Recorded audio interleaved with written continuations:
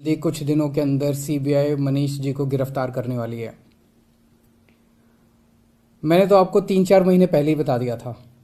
इनके लोगों ने हमें बताया था कि मनीष जी को ये गिरफ्तार करने वाले हैं, जल्दी गिरफ्तार करने वाले हैं। 3-4 महीने पहले बताया था। मैंने प्रेस कॉन्फ्रेंस करके, उसके बाद अपने कई भाषणों में, असेंबली में मैंने कहा था कि ये मनीष को गिरफ्तार करने वाले हैं।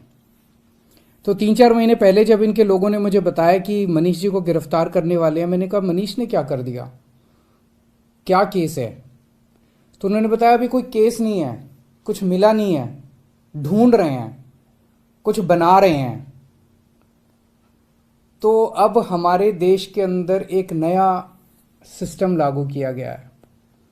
पहले ये तय किया जाता है कि किस आदमी को जेल भेजना है, और फिर उसके खिलाफ एक मनगढ़ंत झूठा केस बनाया जाता है और उसे ज़बरदस्ती जेल भेजा जाता है। एक नया सिस्टम हमारे देश के अंदर अब लागू हुआ है।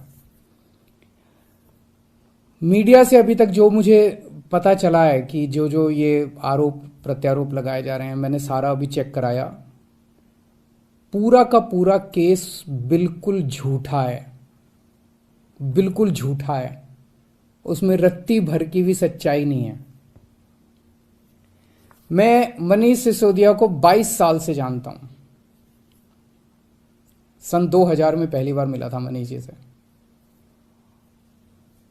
एक बेहद कट्टर ईमानदार आदमी है, कट्टर देशभक्त आदमी है। हमारे देश में पिछले 75 साल में सरकारी स्कूलों का बेड़ा गर्क कर दिया था इन सारी सरकारों ने मिलकर, इन सारी पार्टियों ने मिलकर। बहुत बुरा हाल कर दिया था इन लोगों ने। करोड़ों करोड़ों बच्चे, गरीबों के बच्चे जो इन सरकारी स्कूलों में पढ़ते थे, उनका भविष्य अंधकार में था। कोई उम्मीद नहीं थी। गरीब का बच्चा गरीब बनेगा, अमीर का बच्चा अमीर बनेगा। गरीब का बच्चा मजदूरी करेगा, रिक्शा चलाएगा। अमीरों के बच्चे अमीर बनेंगे। ये एक सिस्टम पूरे देश के अंदर लागू हो गया था। पहली बार आम आदमी पार्टी की जब सरकार बनी दिल्ली के अंदर, मनीष सिसोदिया जी एजुकेशन मिनिस्टर बने। दिल्ली के अंदर भी सरकारी स्कूलों का बहुत बुरा हाल था। दिल्ली के अंदर मनीष सिसोदिया ने रात दिन मेहनत करके दिल्ली के सरकारी स्कूलों को शानदार बनाया। ऐसा बनाया कि अब अमीर लोग भी अपने बच्चों को सरकारी स्कूल में भर्ती करा रहे हैं। अमीरों के और गरीबों के बच्चों को एक जैसी शिक्षा मिल रही है। दिल्ली के सरकारी स्कूलों के अंदर एक ही डेस्क पे एक जज का, एक अफसर का और एक रिक्शे वाला का बच्चा बैठ के एक ही डेस्क पे बैठ के पढ़ते हैं। मनीष सिसोदिया ने केवल दिल्ली के स्कूल ठीक नहीं किए, देश के करोड़ों करोड़ों बच्चों को एक उम्मीद दी है कि सरकारी स्कूल भी ठीक हो सकते हैं, गरीबों के बच्चों का भविष्य भी अच्छा हो सकता है। सुबह 6 बजे मनीष सिसोदिया अपने घर से निकल जाते हैं और अलग अलग स्कूलों के अंदर दौरा करते हैं, सरकारी स्कूलों के अंदर दौरा करते हैं। मैं पूछना चाहता हूं, कौन भ्रष्टाचारी ऐसा है इस दुनिया के अंदर जो सवेरे 6 बजे उठ के स्कूलों के दौरे पे निकल जाता है, बच्चों का भविष्य बनाना चाहता है? कौन भ्रष्टाचारी ऐसा है?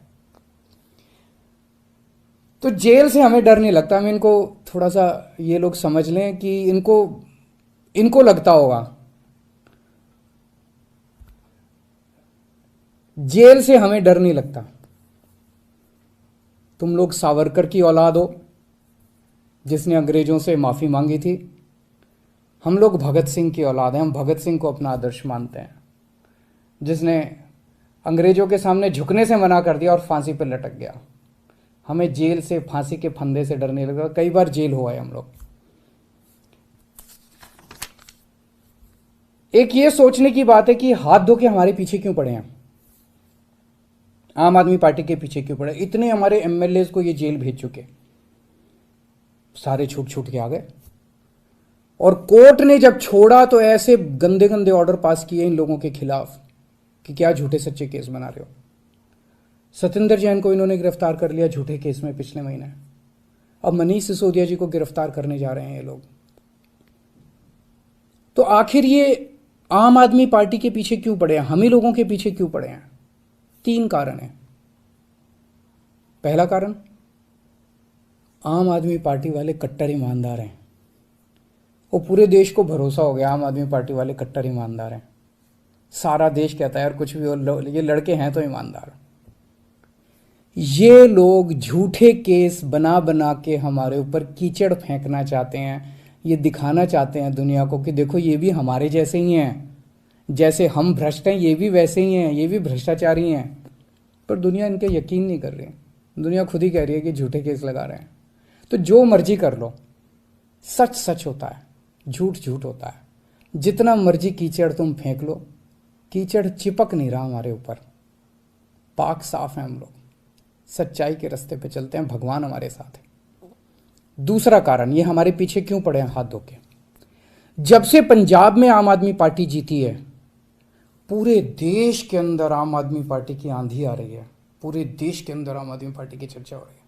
पूरे देश में आम आदमी पार्टी फैल रही है। ये उसे रोकना चाहते हैं। ये नहीं चाहते कि आम आदमी पार्टी पूरे देश के अंदर इनकी टक्कर में खड़ी हो। पर मैं इन्हें कहना चाहता हूँ, तुम जो मर्जी कर लो, आम आदमी पार्टी को पूरे देश में फैलने से कोई नहीं रोक सकता। आम आदमी पार्टी पूरे देश के लोगों की उम्मीद बन चुकी है। देश के अंदर हर आदमी चाहता है मेरे बच्चे को अच्छी शिक्षा मिले। देश के अंदर हर आदमी चाहता है मेरे परिवार को अच्छा इलाज मिले। देश के अंदर हर आदमी चाहता है हमें 24 घंटे बिजली मिले, अच्छी सड़कें मिले, अच्छा पानी मिले, अच्छी बिजली मिले, फ्री बिजली मिले। सब लोग अच्छी सुविधाएं चाहते हैं। हर आदमी चाहता है देश के अंदर भ्रष्टाचार खत्म हो। हर आदमी चाहता है मेरा देश दुनिया का नंबर 1 देश बने। अब आम आदमी पार्टी से ही उम्मीद है पूरे देश के लोगों को, उसको फैलने से कोई नहीं रोक सकता। एक अंग्रेजी में कहावत है, no one can stop the idea whose time has come. Aam Aadmi Party's time has come, India's time has come. Bharat का समय आ चुका, अब कोई नहीं रोक सकता। और तीसरा कारण, ये क्यों हमारे पीछे हाथ धो के पड़े हैं, दिल्ली के कामों को रोकना चाहते हैं। दिल्ली के अंदर जो शानदार काम हो रहे हैं, सिंगापुर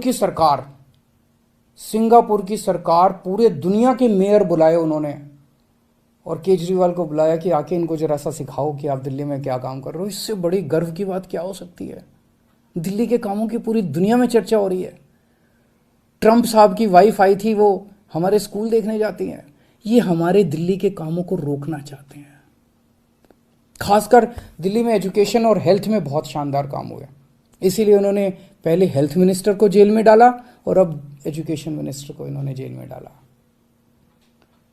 पर मैं दिल्ली के और देश के लोगों को यकीन दिलाना चाहता हूं कि काम नहीं रुकेंगे। इन्होंने सत्येंद्र जैन को 2 महीने से जेल में है, 2 महीने रख लिया, 3 महीने रख लेंगे, 4 महीने फिर निकल आएंगे, काम फिर चालू हो जाएंगे। मनीष सिसोदिया जी को अब ये जेल भेजेंगे, महीना, 2 महीना, 3 महीना, कब तक जेल में रखेंगे? तो झूठा केस है, कोर्ट में जाके गिर जाएगा, डांट पड़ेगी इनको, देख लेना। मनीष सिसोदिया जी बाहर निकल आएंगे। काम नहीं रुकेगा। 75 साल में इन पार्टियों ने मिलकर देश को बर्बाद कर दिया। 75 साल में कितने देश हमसे आगे निकल गए? क्यों? हमारे में कोई कमी है? भारत के लोगों में कोई कमी है? सबसे इंटेलिजेंट लोग हैं भारत के लोग। इन पार्टियों ने दगा दिया है, इन्होंने लूटा है, इन पार्टियों ने मिलकर देश को लूटा है।